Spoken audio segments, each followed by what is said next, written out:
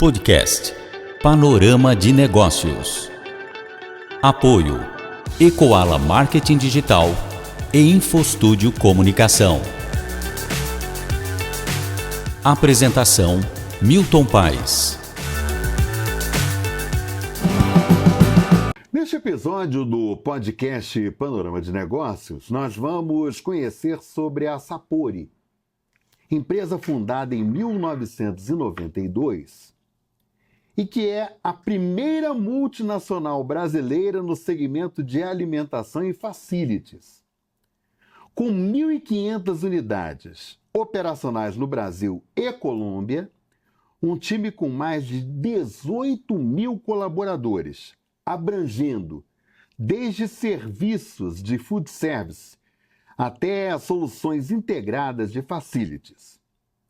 Com sua versatilidade, atende uma vasta gama de clientes em diversos setores, incluindo educação, saúde, bases remotas, eventos, varejo e corporativo.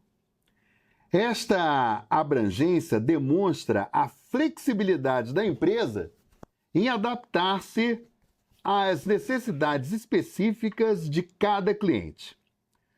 Para a gente conhecer um pouco sobre a Sapori, nós estamos recebendo no podcast Panorama de Negócios o Daniel Mendes, que é o fundador e CEO da Sapori. Com o apoio da Ecoala, agência de marketing digital, e da Infostúdio Comunicação, profissionalismo, criatividade e parceria, está no ar o podcast Panorama de Negócios. Ô Daniel, primeiramente eu queria lhe agradecer imensamente por você ter aceito o convite de participar do podcast Panorama de Negócios, que eu costumo dizer que o Panorama de Negócios é um podcast que é um contador de histórias, né? A gente procura falar com públicos dos mais diversificados, mas sempre no sentido do segmento corporativo, né? E a gente abrange os assuntos mais diversos possíveis. E a Sapori, eu acho que eu posso afirmar isso aí com certeza, porque eu já tive a oportunidade, alguns anos atrás, de entrevistá-lo para uma matéria para o Jornal DCI, e a Sapori é um exemplo de determinação, de garra, pela forma na qual ela foi construída. Então, a primeira pergunta que eu faço para você, para as pessoas entenderem, né, essa trajetória de sucesso da Sapori, eu queria que você contasse um pouquinho da tua história, né? De como você começou e chegou a montar essa Sapori, que é uma referência não só no Brasil, como uma multinacional brasileira, mas também, inclusive, no exterior. Bom, muito obrigado pelo convite. Eu gosto muito, não é a primeira vez que a gente se fala, é um prazer estar aqui. E a história da Sapori se mistura muito com a minha história pessoal, né? Então, essa história de garra, de determinação, ela vem desde os primórdios, quando a gente tinha o primeiro restaurante, que, aliás, o primeiro restaurante nosso é aqui em Campinas, é a Equipesca, e até hoje, então, se a Sapori tem 32 anos, a Equipesca está com a gente há 32 anos. O meu histórico é um histórico de muito trabalho, né? De trabalho até na parte familiar. Sou uruguaio, né? Nasci no Uruguai. Imediatamente depois, por o Uruguai ser um país pequeno, né? Não oferecer muitas condições para quem não tem. No caso dos meus pais, meu pai era garçom, minha mãe era cabeleireira. Então, não oferecia muita condição de trabalho. Então, primeiramente, meus pais foram para a Argentina. Depois da Argentina, voltaram para o Uruguai e depois vieram para o Brasil. Então, a minha história no Brasil começa com 11 anos, né? E daí começa com meu pai tendo restaurantes, meu pai sendo garçom, tendo bastante sucesso e depois tendo restaurantes. E ali eu trabalhei desde criança no restaurante, comecei a trabalhar sempre com muita determinação, não é fácil trabalhar com comida, e sempre atendendo pessoas e sempre sonhando alto. E esse sonhar alto sempre me levou para alguma questão de querer trabalhar neste mesmo negócio. E tinha um desejo pessoal de não trabalhar tanto aos finais de semana nem feriados. Porque na época, quando todos os meus amigos iam passear ou iam se divertir, eu tinha que trabalhar. Porque a partir dos 16 anos eu comecei a trabalhar. E aí, então, tive que os dias que mais trabalhava era sábado, domingo e feriado. Então, desejava muito quando, assim que estudasse, me formasse e não precisar mais trabalhar nesse negócio. Porém, todavia, trabalhei no restaurante e aí gostei muito desse ramo e ficava meio assim, né? Pô, como é que eu vou trabalhar num lugar que não trabalha sábado e domingo naquilo que eu gosto? E aí acabou acontecendo que eu conheci esse segmento, que trabalha basicamente para indústrias. Não quer dizer que a gente não trabalhe sábado e domingo, mas não são os dias mais fortes no meio empresarial, que são sábado e domingo. As escolas não trabalham sábado e domingo, os hospitais trabalham 24 horas por dia, os 360 dias por ano, né? Mas não é algo que basicamente funcione como restaurante comercial, que é finais de semana, feriados, enfim. E aí, então eu me identifiquei muito e comecei a trabalhar nesse negócio. Eu acho curioso porque eu me lembro da Sapori no Trevo, aqui em Campinas. Exatamente. Na época era até Gran Sapori. Exato. Né? E aí vocês fizeram um reposicionamento da marca. Isso. Né? E passaram a se chamar Sapori. Em que momento, por exemplo, você viu que era importante esse reposicionamento da marca e deixou de ser Gran Sapori para ser Sapori? Vou te contar claramente. A gente começou com Sapori. Depois a gente disse que estava ficando tipo grupo, estava tendo outras divisões. Eu digo, não, vamos botar Gran Sapori para ficar GS. Ficar Gran Sapori GS e aí GS Alimentação, GS Saúde, GS Educação. Então a gente teve durante algum período de alguns anos como Gran Sapori. Só que o Gran Sapori ficou uma coisa assim, o que tinha muito pego era o nome Sapori. Então a gente decidiu tirar o Gran e voltou a ser Sapori. Então aí desde lá sempre foi Sapori. E hoje nós temos as divisões, sim, mas são Sapori Saúde, Sapori Educação, Sapori Remote Site, Sapori Eventos e o 7 Gastronomia, que é com o Alex Atala. Então hoje nós fizemos a mesma coisa, mas em vez de GS é Sapori, e aí continua então o Sapori. Se posicionando como uma marca, né, onde não tem abreviatura. Né? Nós tínhamos concorrentes na época que se chamavam como abreviatura, que por exemplo era GR, GRSA. Então, GR significa Grand Restaurant em francês. Então ficou GRSA. E no nosso caso, a gente entendeu que o nome Sapori já tinha muito a ver com o negócio, tinha muito a ver com a experiência, tinha muito a ver com o que a gente queria que as pessoas tivessem, essa questão palatável da empresa, dos serviços, de sentir como pessoas. E o nome escolhido de Sapori foi o nome porque é italiano, né? Sapori é sabor em italiano. E quando você pensa em italiano, você pensa em gente boa, gente simpática, que fala alto, que se expressa, que come em família. Então, pegou muito essa questão do nome, e o nome hoje nos identifica por ser um nome curto, que tem a ver com o nosso propósito, que é cada vez mais alimentar pessoas, servir pessoas, e independe dos nossos focos anuais, continua sendo esse o nosso grande motor de serviços, ou seja, totalmente identificado com serviços. Não, e importante destacar, gente, com qualidade. Né? Uma questão, por exemplo, que trabalhar com alimentação, ô Daniel, não é fácil. Né? E num país como o Brasil, que as regras são muito rígidas, é mais difícil ainda. Né? E a gente, observando, por exemplo, a estrutura da Sapori hoje, tá? Ela atende vários segmentos de mercado. Sim. Né? E obviamente, que com uma característica que é dominante da empresa, né? No sentido de fornecer algo com qualidade e que esteja atrelado à questão da saúde. A questão da saúde com alimentação de boa qualidade.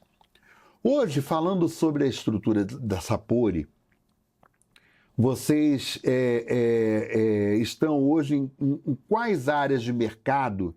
Eu não sei se a gente consegue mensurar, por exemplo, quantas empresas, por exemplo, vocês atendem, porque tem a questão da refeição corporativa, né?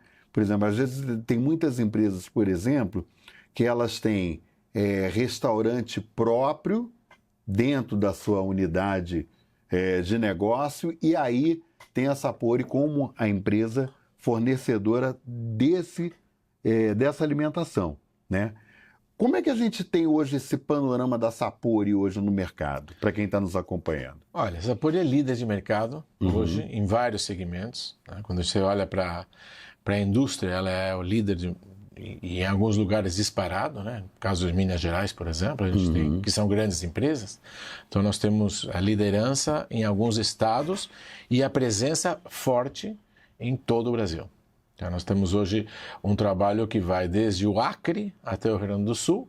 Estamos presentes em todos os estados brasileiros, né? E temos divisões claras.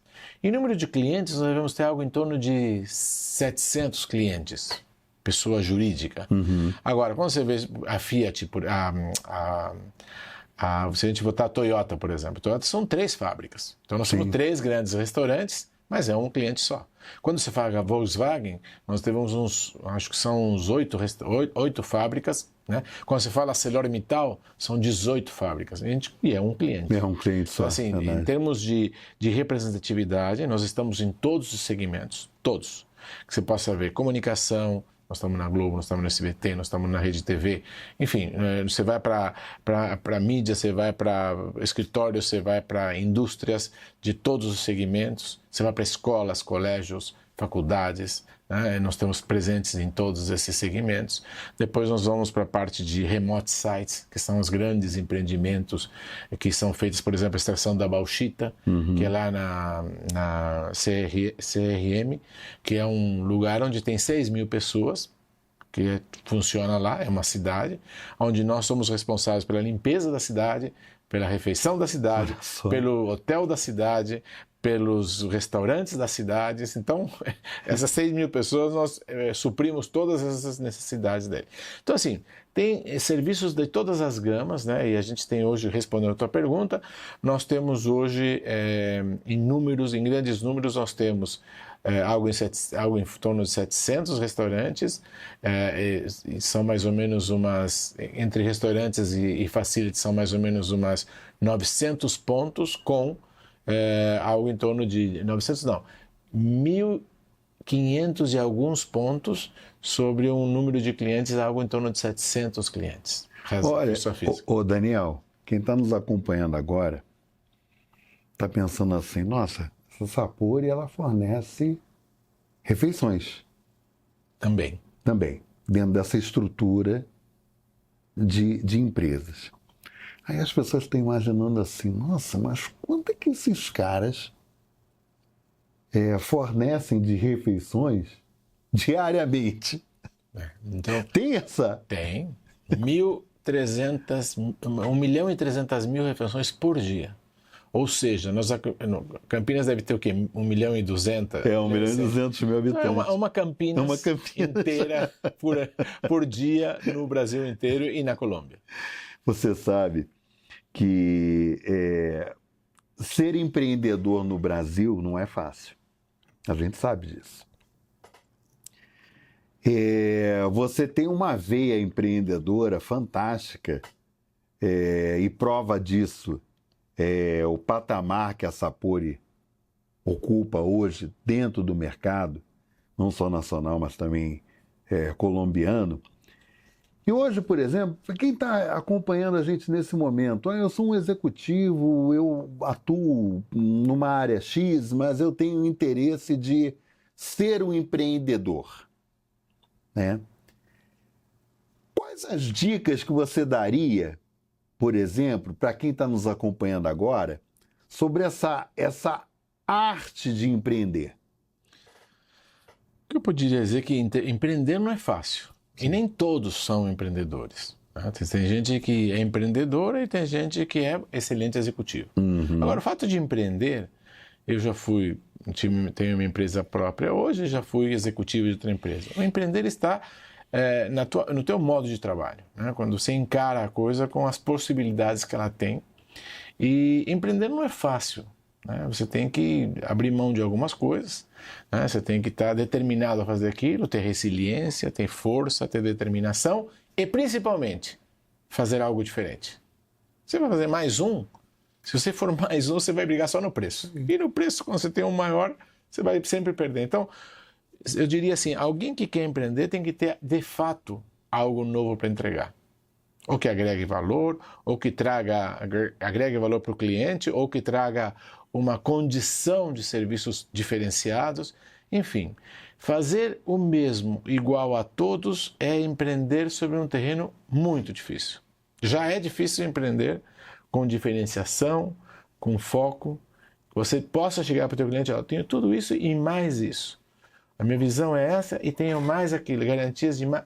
Se você estiver pronto para trazer alguma coisa diferente, aí eu acho que sim, você tem todas as condições para empreender.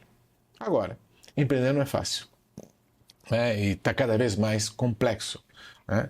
Principalmente na minha área, que você tem commodity, né? Você vê a carne estoura, quer dizer, você tem um preço fixo e ao mesmo tempo você tem todas essas variáveis. Mas é uma característica do nosso negócio.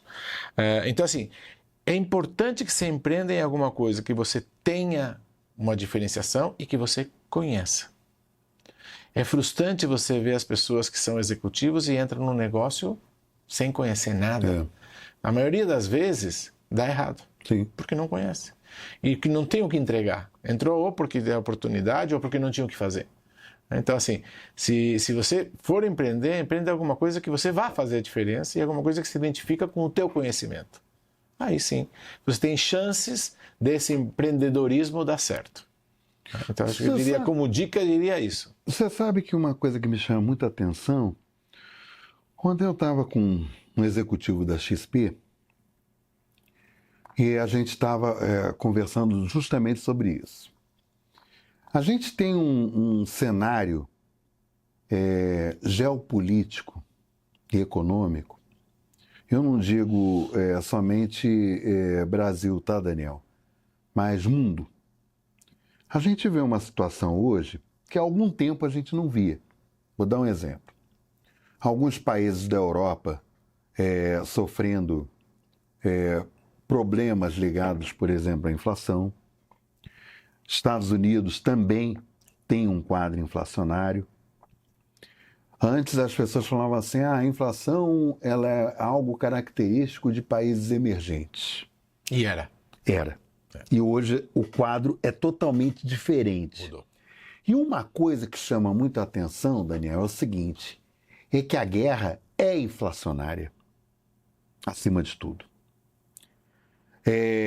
Gera inflação, porque gera perdas, não é somente perdas de vidas, né? Mas perdas de alimentos, né? A gente vê aí nessa questão da guerra da Rússia e Ucrânia, né? Mas assim, hoje, a gente vendo essa situação, essa movimentação geopolítica, econômica, mundial, e o Brasil dentro desse contexto, óbvio, né, que não tem como você tirar o Brasil dentro dessa visão global, até que ponto, por exemplo, isso daí impacta nos negócios mundialmente falando? Olha, eu costumo dizer duas coisas, e cada vez me dou conta mais de que quando você vai no Brasil, o Brasil, lamentavelmente, não é um país que tem evoluído tanto como a China, tecnologicamente, principalmente. O Brasil continua sendo alguém onde tem muitas condições naturais, riquezas naturais, onde vem explorando sempre da mesma forma, com tecnologia, claro, quando você fala do agronegócio, quando você fala alguns, não dá para dizer que é igual, mas poderia aproveitar mais, né? Poderia estar muito mais desenvolvido. O ponto aqui é que se você tira uma foto hoje do Brasil, ela não é diferente do que 10 anos atrás. Então não tem grandes diferenças. Você tira a foto, esquece o cenário, a foto é mais ou menos a mesma. Ela vem se repetindo há alguns anos. Isso é bom? Não é necessariamente bom, porque o mundo tem evoluído muito. Você vai tirar uma foto da China hoje e ver a China 10 anos atrás, é uma transformação. Sim. Você tira uma foto hoje da Coreia e 10 anos atrás, é uma grande transformação. Sim. Estados Unidos não tanto. Estados Unidos você tira tecnologicamente sim, mas como o povo é muito parecido de ter uma foto similar. Então você tem uma foto que em alguns lugares, algumas nações evoluiu muito e em outras que vem se mantendo. É o caso da Europa, principalmente. Ela se mantém, ou cai um pouco. Quando você olha a Alemanha, por exemplo, ela está um pouco fragilizada em relação ao que já foi. Mas dizendo isso, eu costumo dizer muito para os empresários e levo isso como uma questão pessoal. Como empresário, né, e como gestor de um negócio, eu tenho coisas que eu administro e tem coisas que eu não administro. Então, se o dólar sobe, se o dólar desce, ele vai me impactar, mas eu não faço diferença em relação a isso. Se a gasolina sobe, se a gasolina desce, me impacta, mas eu não consigo fazer com que a gasolina não aumente. Eu não consigo fazer com... Então, eu não posso culpar essas questões externas na não desempenho da minha empresa. Vai me trazer dificuldade? Vai. Mas para os meus concorrentes também. Quer dizer, eu estou inserido num mercado que quando a gasolina sobe, sobe para todos. Quando as coisas que acontecem externamente, elas acontecem para todos. Então, onde está a diferença de um empresário? De cuidar naquilo que ele responde 100%. Então, no que eu respondo 100% dentro da minha empresa? Na inovação, na motivação dos meus colaboradores, na fidelidade dos meus clientes, em princípios que me levem a ter um negócio melhor, mais de acordo com o que está acontecendo. Então, assim, claro que eu tenho que olhar para fora, mas muito mais olhar para dentro. No desenvolvimento das nossas pessoas, na maturidade empresarial das nossas empresas, na melhor tecnologia aplicada aos nossos negócios. Então, se eu posso te dizer onde tem para nós, onde eu identifico o nosso ponto de sucesso, é sim olhar o mercado, o externo. É impossível não olhar. Não tem como. Né? É impossível estar longe dos efeitos do externo. Mas onde eu vou me focar e vou fazer a diferença é no interno, onde eu administro realmente. Então, são minhas pessoas, meus clientes, meus fornecedores, o que nós estamos fazendo como grupo, onde nós estamos investindo nosso capital, como é que nós estamos negociando, como é que nós estamos mostrando nossos valores em todos esses componentes, né? Ou seja, empregados, fornecedores, comunidade, clientes. Né? À medida que você tem uma empresa como a nossa, que tem uma relevância e um faturamento, que já foi muito pequena, já foi de 2, 3 restaurantes, começamos com um restaurante. E hoje nós temos todo esse número, mas sempre foi de acordo com o nosso tamanho. Mas onde está a diferença? Em fazer diferente dentro daquilo que nós de fato entendemos. Porque a inflação já subiu, a inflação já desceu. Eu sou da época que a inflação era... Todo mês tinha inflação. Você lembra disso? Então, assim, então a gente passou por todas... Antes do plano real, né? Claro, então a gente passou por todas as situações. Aliás, no mundo inflacionário como hoje, nós temos uma vantagem competitiva que os outros não têm. Isso aí. Eu estive falando com uma pessoa da NVIDIA, por exemplo. A NVIDIA é uma das grandes empresas, fatura tem um preço de mercado de 3 trilhões, acho que a segunda maior marca do mundo. E eu tive a oportunidade de estar falando com uma das pessoas mais importantes da NVIDIA, que esteve na minha casa, e ele me falou, olha, dentro dos 36 mil empregados que eles tinham, eu tenho mil brasileiros. Eu digo, e aí, como são? São os melhores. Por quê? Porque tem criatividade, porque já passou por esse... Ninguém se assusta. O brasileiro não se assusta mais com a inflação porque viveu isso. Então, quer dizer, estamos muito mais competitivos. É questão que a gente aproveita pouco isso. Lamentavelmente, essas 1.000 pessoas estão fora do Brasil e não dentro do Brasil, né? Porque elas estão fazendo riqueza numa NVIDIA. E assim como tem numa NVIDIA, tem na Apple e tem todas as empresas, né, de primeira linha, tem muitos brasileiros e são elogiados pelo seu comportamento, pela sua experiência, pela sua vida, e lamentavelmente não ficaram todos no Brasil, mas no Brasil também tem muitos brasileiros com sucesso que, apesar de todas essas condições, estão sobrevivendo, ganhando dinheiro, gerando riqueza, tendo princípios adequados, não só por hoje, mas que deixa o legado futuro, que eu acho que é isso que é importante como empresário. Não pensar só em você e pensar não só no momento, mas o que você deixa como legado para as próximas gerações. Não para a família, né? Mas para a sociedade. Quais são os princípios que você deixa? Gente, eu já conhecia, felizmente, esse lado do Daniel Mendes, e eu provoquei ele propositadamente, né, falando sobre essa questão, por exemplo, desse panorama que eu trouxe aqui, porque eu sabia que a resposta não seria diferente. O Daniel está mostrando aqui que o maior patrimônio dele, o maior patrimônio da Sapori, é o seu pessoal, os seus colaboradores, né? E, obviamente, para sustentar o modelo de negócio, você precisa de fornecedores e você precisa de clientes, ponto. Exato. Mas o que acontece? Essa visão humanizada sobre o ponto de vista empresarial, de você oferecer o melhor para o seu colaborador, isso faz o diferencial. Por quê? Porque o colaborador trabalha com garra, com determinação, ele se empenha. Por quê? Porque ele é tratado como um ser humano, ele não é tratado como um número. E por que o Daniel traz isso, por exemplo, para a realidade dele? Porque o Daniel sentiu isso na pele. O Daniel trabalhou como garçom, né? Lutou muito para chegar onde chegou hoje. Então, às vezes é importante, a gente procura trazer esse raio-x para o panorama de negócios, para mostrar, por exemplo, que existem empresários, empreendedores que têm essa visão de negócio de valorizar o seu pessoal, a sua gente. E isso daí é uma visão humanizada. E você sabe que hoje, por exemplo, sob o ponto de vista comportamental e tal, algumas organizações elas buscam e entenderam que isso daí é uma forma de alavancar os negócios da empresa, né? Isso é uma visão que você tem lá de trás, mas por conta da tua própria situação de vida, né? Pelo caminho que você trilhou para chegar aonde se está hoje. Não estou enganado, né? Não, a visão é exatamente essa. Perfeitamente. Daniel, sobre o ponto de vista de planejamento estratégico, tá? A gente passa por uma situação que não é das melhores, né? Se a gente fala, por exemplo, sobre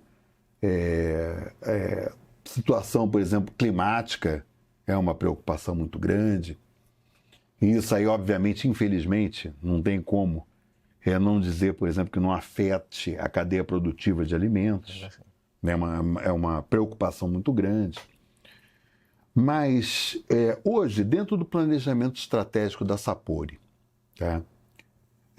Quais são os pontos que mais preocupam vocês e que chamem a atenção, de forma que vocês canalizem mais energia para suprir essas dificuldades, vamos dizer assim, diante desse quadro que a gente tem de efeito climático, de inflação, que eu falei anteriormente, né, que atinge aí vários países? É muito boa essa pergunta, porque na verdade assim, toda empresa, né, e uma empresa já de 30 anos, ela tem cultura própria. Uhum. E a cultura é o que move a empresa. Então, por exemplo, quando você fala a valorização das pessoas, não tinha outro jeito, né? Porque como é que eu sou o dono da empresa, né? Eu sou o maior acionista dela, mas quem atende meu cliente são minhas pessoas. Então, se eles não atenderem bem, eu estou mal. Quer dizer, então, aonde é que eu tenho que fazer a força? Realmente, nessas pessoas. E eu tenho a responsabilidade, não só de responsabilizá-los com relação ao resultado, com relação à segurança, eu tenho que responsabilizá-los para não fazerem o trabalho de qualquer forma. Porque a gente preza muito pela qualidade da segurança dessas pessoas. Uhum. A gente trabalha com cozinha, a gente trabalha com faca, a gente trabalha com abridor de lata, a gente trabalha com coisas que são problemáticas. Pisos escorregadios, fogo, gás. Então a gente tem uma responsabilidade muito de segurança. Uhum. Então, segurança, foco, resultado, porque uma empresa sem resultado não funciona. Então, não tem nada de errado de você buscar lucro. É uma coisa que no Brasil tem que ser encarado. Uma empresa existe para dar lucro. Isso aí. E dividir riqueza e gerar riqueza. E para gerar riqueza para quem? Para a comunidade que trabalha. Gerar riqueza para os funcionários, para os colaboradores, para os acionistas, para a sociedade, para os fornecedores, para o seu contexto. Geração de trabalho e renda, né? Você não gera dinheiro com dinheiro. Você gera dinheiro com algo que seja um propósito. Uhum. O nosso propósito ficou claro de que ter uma condição sustentável, ser éticos, né? Tem princípios que não mudam. Então a ética para nós é uma coisa importantíssima. Temos compliance na empresa muito sério. Então, a gente é muito claro como operar, né? E pode parecer às vezes que mas eles estão fazendo isso, podiam fazer de outra forma. Mas a gente não abre mão de algumas coisas, né? Então a gente é muito correto com relação a impostos, né? Não fica achando, não vou tentar pagar ali. Não, a gente é muito correto com relação a impostos. Isso é o exemplo que você entrega para as pessoas, porque empresário é igual a pai. Não adianta você dizer para o teu filho, faça isso e fazer o contrário. Se você não fizer aquilo, tem que ser o exemplo, né? É mentira. Então, se for mentira, não funciona. Então são vários princípios que você tem numa empresa, assim como você tem numa tua família, assim como você tem quando você cria filhos, assim como você tem quando você tem relações, né? Você não é o que você fala aqui, você é aquilo que você entrega. E aí a gente tem trabalhado muito a cultura da empresa para entrega.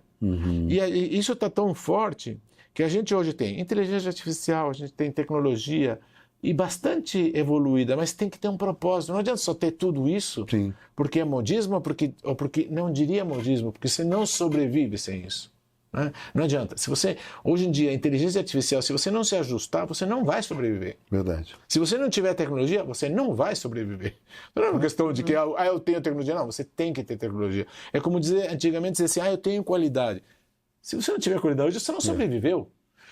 Depois veio a onda de inovação. Se você não for inovador, também você não sobreviveu. Só que agora, além da inovação, além disso, você tem que ter tecnologia aplicada aos processos e inteligência artificial para condensar e dar mais mastigado aquilo que era operacionalmente antes. Então, assim, não tem nada de fantástico, mas tem que ter. Agora, tudo isso são ferramentas. Você tem que ter um propósito.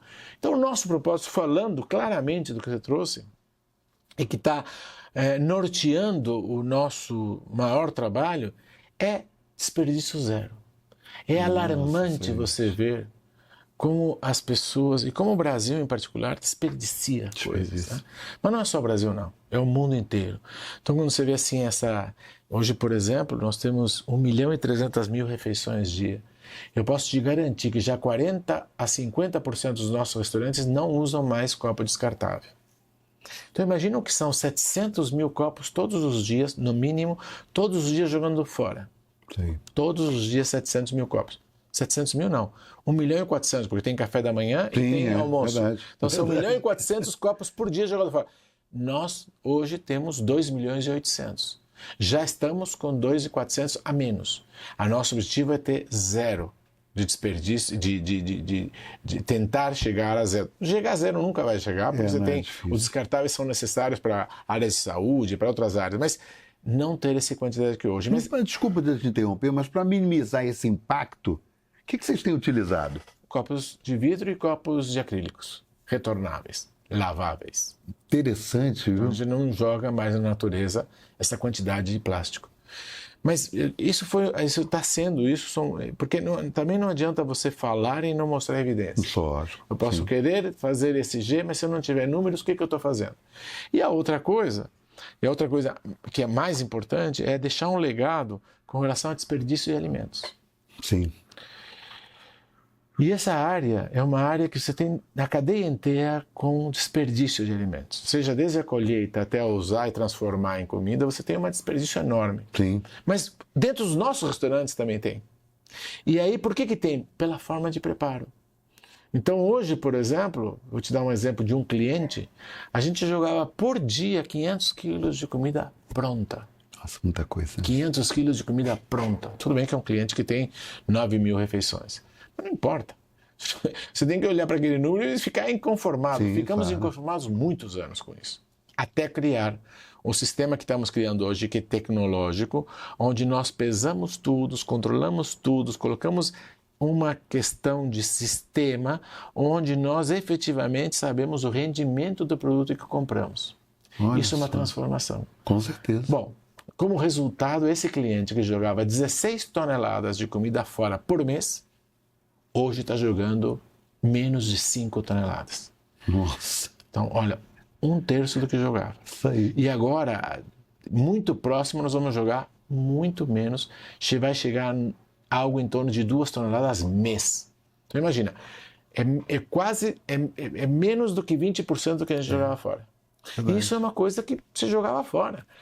Então, assim, você tinha que tratar aquilo tudo, então você tinha que pegar aquele alimento, tratar, para depois jogar de novo. Mas é um trabalho, é um desperdício enorme. Muito grande. E esse desperdício existe, não só no Brasil. Quando você vê todos esses buffets, e nos Estados Unidos, é permitido, por exemplo, você colocar os buffets em supermercado. Então você tem lá, você já viu, mas tem o buffet de saladas, o buffet de sopas, o buffet, e fica tudo exposto. E depois tem que jogar fora. Então o desperdício não é no Brasil, é em todos os...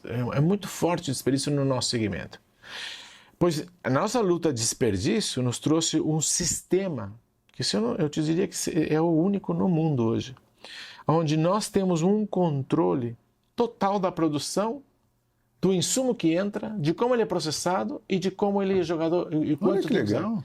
Isso é um trabalho que nos custou anos fazer e que já estamos implementando em algo em torno... Neste momento nós estamos em 10 restaurantes. Em todos eles trouxe uma significativa mudança com relação ao desperdício. É um sistema, esse sistema hoje está praticamente que exclusivo na nossa empresa, mas a gente tem um compromisso de pegar esse sistema depois de alguns anos e entregar para o mercado. E aí já com experiência, com metodologia, com números claros de que possam esses bufês todos, inclusive nos Estados Unidos, terem muito menos desperdício do que tem hoje.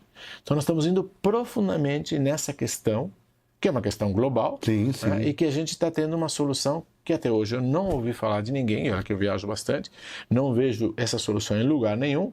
Então nós vamos ser um dos protagonistas, queremos ser um protagonista global no desperdício de alimentos. Então isso é uma ação tão fantástica que nos enche de orgulho e que tem propósito. Sim. Então não é só fazer comida, ganhar dinheiro, mas deixar um legado para os nossos filhos, para o nosso... Esse que é o objetivo das empresas. E à medida que você vai conseguindo fazer questões... A partir do momento que você consegue trazer dinheiro e ganhar dinheiro, né, você consegue deixar um legado para as empresas. Não adianta fazer caridade, não que isso seja caridade, Não, sim, mas sim. não adianta você querer dar alguma coisa que você não tem. Então primeiro você tem que conquistar para depois você dividir. Verdade. É muito bonito dizer, você vai dividir, mas você tem para dividir? Se você não tem para dividir, você não pode dividir. Então assim, esse conhecimento que nós tínhamos, nós não tínhamos há 5 anos atrás, nós estamos tendo agora. Só que esse conhecimento, ele vai para o mercado depois. E isso é um protagonismo que o globo precisa hoje. Então é uma ação de ESG que nós estamos sendo os pioneiros em fazer esse trabalho. E olha, já tem resultados muito positivos dele. Então isso nos enche de orgulho, Lógico, melhora muito a questão, você não está fazendo por acaso, está deixando um legado para as próximas gerações. Você está entendendo agora por que eu trouxe o Daniel Mendes para a gente conversar? Porque, gente, hoje quando você fala em desperdício, você, ao mesmo tempo, você se lembra de um universo de pessoas, por exemplo, que passam fome. Né? Então, é estranho, né, essa equação, né? De tantas pessoas que passam fome porque não tem o que comer, né? E, do outro lado, as pessoas jogando fora por quê? Ah, não, eu consumi demais acima do que eu deveria, né? Aí você tem aquele desperdício daquela comida que resta no prato, e o desperdício daquela alimentação que estava exposta E que tem que jogar fora. e que tem que jogar fora. Exato. Né? Quer dizer, então é uma situação assim, eu tiro o chapéu, porque eu acho que realmente um projeto fantástico. Hoje, ô Daniel, a Sapori, ela cresce quantos % ao ano? Olha, ela tem crescido bastante, né? Só para você ter uma ideia, o ano passado a gente cresceu algo, porque é uma empresa grande, né? Nós temos crescido algo em torno de 10%. O ano passado, no final do ano, a gente fez grandes contratos, o que elevou essa margem para algo em torno de 20%. 20% de 2,5 bi, estamos falando de 600 milhões. Nós somos a primeira ou segunda empresa do segmento, e atrás das empresas, as outras, nós temos 3 grandes empresas que são as líderes de mercado. Depois, qualquer das outras empresas fatura menos que 400 milhões anos. Ou seja, só na Sapori a gente vendeu 500 milhões. No faturamento de vocês, né? No faturamento 2024. nosso. Então imagina, de 2024 a gente fechou em algo em torno de 3, bruto 3 milhões, líquido 2.800. Esse ano a gente tem uma perspectiva de 3,5 bi bruto, de 3.300 líquido, né, sem imposto. Então, quer dizer, é um crescimento muito grande, né, porque você crescer 10% sobre 100 não é a mesma coisa que você crescer 10% sobre 1 bi. Né, então, é um crescimento muito expressivo. Isso se deve a todo esse conjunto de legado, de resultado, de inovação, de sacrifícios, né, que a gente vem enfrentando durante esses anos, e de ter visão bem clara de onde a gente quer chegar e pensando sempre nisso. Então, o resultado, quando você faz alguma coisa bem, uma coisa que tem base, você tem esse resultado. Ô, Daniel, a matriz da Sapori é Campinas, né? Campinas. Tá. Vocês têm escritórios da Sapori nos outros estados? Tem, né? Não só escritórios, nós temos mais 12 escritórios no Brasil, e nós temos 8 fornecedores logísticos, centros logísticos. Então nós compramos dos fornecedores, entregam nos nossos fornecedores logísticos, e dos logísticos para os restaurantes. Ou para os pontos, tá. no caso de facilities. Nós compramos, por exemplo, EPIs, nós compramos centralmente, entrega nos fornecedores logísticos, e dali eles entregam para as unidades. Entendi. Daniel Mendes, eu estou muito feliz de ter batido esse papo com você no Panorama de Negócios. Eu acho que exemplos que envolvem inovação, que envolvem gestão, porque isso daí é gestão, gente. Isso que o Daniel trouxe para a gente, de lutar pelo desperdício zero, isso é gestão, né? É vontade de ser uma empresa sustentável, e ser uma empresa sustentável, né? Em meio a esse universo, por exemplo, alimentar, que é extremamente complexo essa cadeia, né? Sim. Então, eu quero te agradecer demais, foi um prazer imenso te receber aqui no podcast Panorama de Negócios. Olha, Milton, muito obrigado pelo convite, sempre foi um prazer. Acho que terão outros encontros como esses. Com certeza. Muito prazer de estar falando contigo, e na evolução, né? Porque quando a gente conversou era outro tamanho, outra realidade, e hoje eu poder sentar aqui e te dizer que a gente tem crescido, que tem dado certo, não é uma tarefa fácil quando você olha para o lado. Quando você olha internamente, você diz, tem muito mais para crescer, viu? Eu fico muito feliz, porque eu acho que as pessoas elas precisam ver, e é importante isso. O crescimento ele é sempre muito importante, porque a gente pega, é muito mais do que isso. Você fala de famílias, você fala de geração de trabalho e renda, né? Tem várias coisas aí que estão por detrás desse movimento todo. E veja e reveja quantas vezes você quiser. O Daniel Mendes é uma lição de vida, e eu acho que você, cada vez que você ouvir e acompanhar esse podcast, né, você vai sempre ter uma interpretação diferenciada, mas de forma positiva. Então acesse no nosso canal do podcast Panorama de Negócios do YouTube, e também informações dentro do site do Panorama de Negócios em www.panoramadenegócios.com.br. Até o próximo episódio. Obrigado. Você acompanhou o podcast Panorama de Negócios com Milton Paes. Apoio Ecoala Marketing Digital e Infostúdio Comunicação.